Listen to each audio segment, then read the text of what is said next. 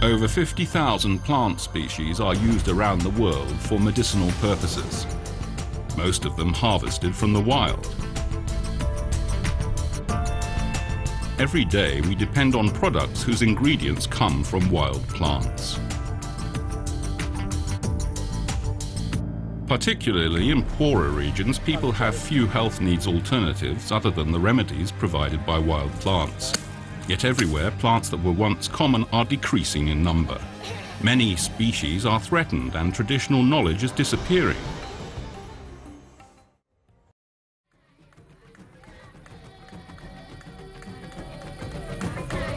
Devil's claw is popular the world over, used to treat diseases of the joints. In southern Africa, overexploitation has severely depleted local populations of devil's claw.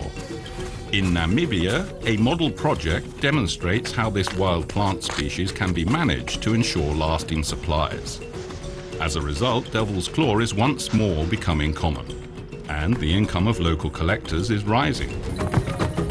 The San people, or Bushmen of southern Africa, have thus been able to retain a source of income by collecting and drying devil's claw. I make a living by collecting devil's claw. Earnings are not high, but I can feed myself and my family this way. I am happy to work for this project. It is a way of protecting devil's claw as a plant, and it guarantees us an income.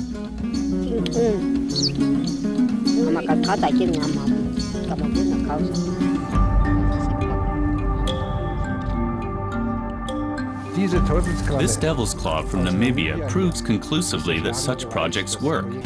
Conservation of devil's claw and other wild medicinal plants is the responsibility of all those involved.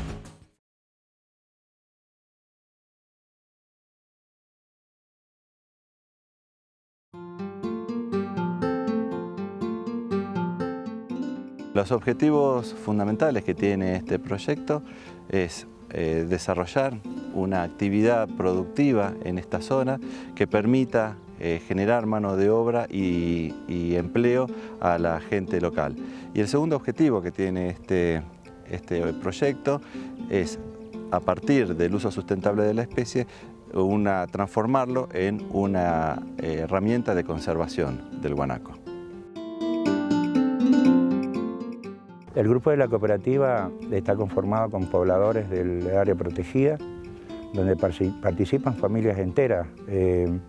Nosotros vemos en el campamento las madres con sus niñitos, ayudando en la cocina, ayudando en la esquila.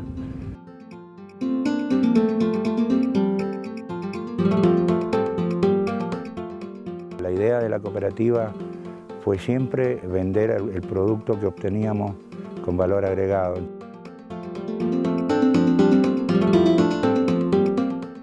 Se ha comprado maquinaria textil especializada que será utilizada para procesar la fibra de guanaco. ¿Por qué es importante esto? Porque esta es la primera vez que a una cooperativa se le otorgan los medios de producción. Entonces ya los integrantes de la cooperativa dejan de ser jornaleros para ser los dueños de su propia empresa.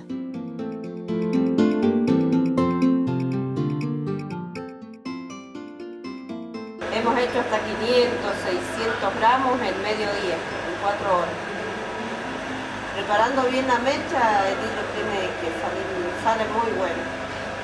Es rapidísimo. Lo que yo antes, la rueca esta, para 1 kilo me demoraba 1 mes y medio más o menos. Ahora en 8 horas podemos tener 1 kilo de lana de guanaco y lana.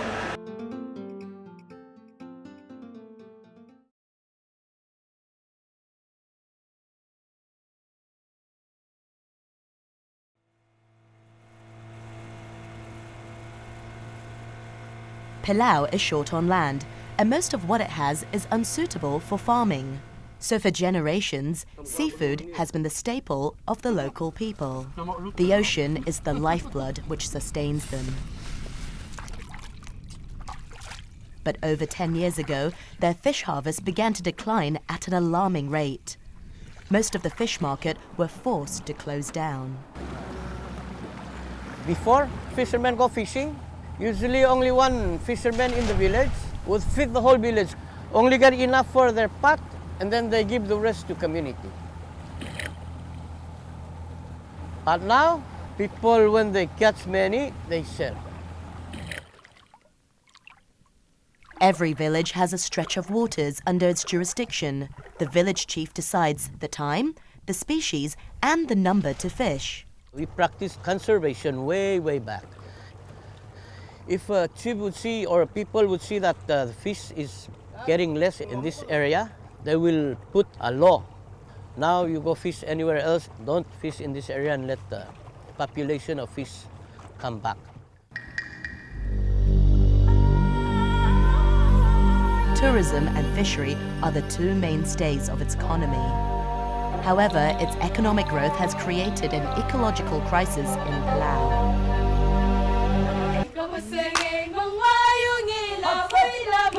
More and more fishermen have chosen to sell their catch to hotels or restaurants directly.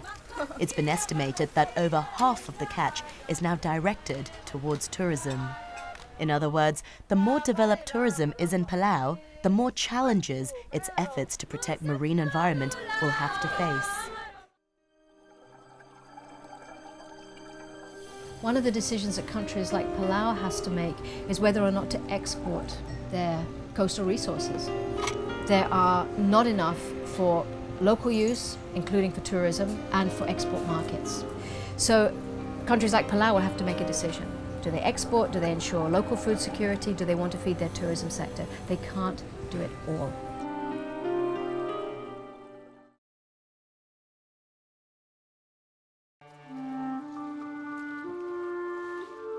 One of the biggest stories in the region was the ornamental fishery that occurs here. And the people that live here, the fishing communities that are living over a very broad range of the Amazon, all benefiting from this resource, understand that their fisheries depend on pristine resources. And they serve as a very effective first line of defense for the forest. And they really will not allow any destructive practices to happen.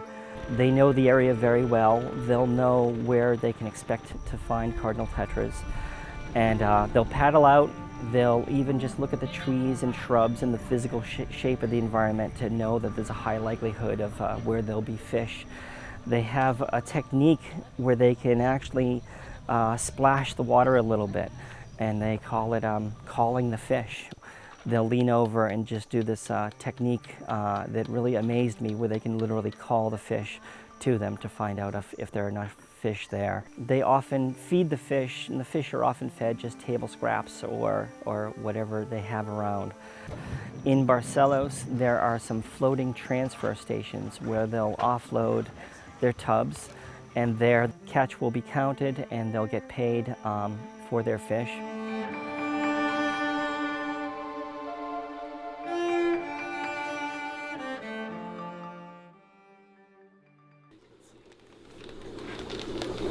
So there we go. There's a bag of large, wild cardinals from Brazil.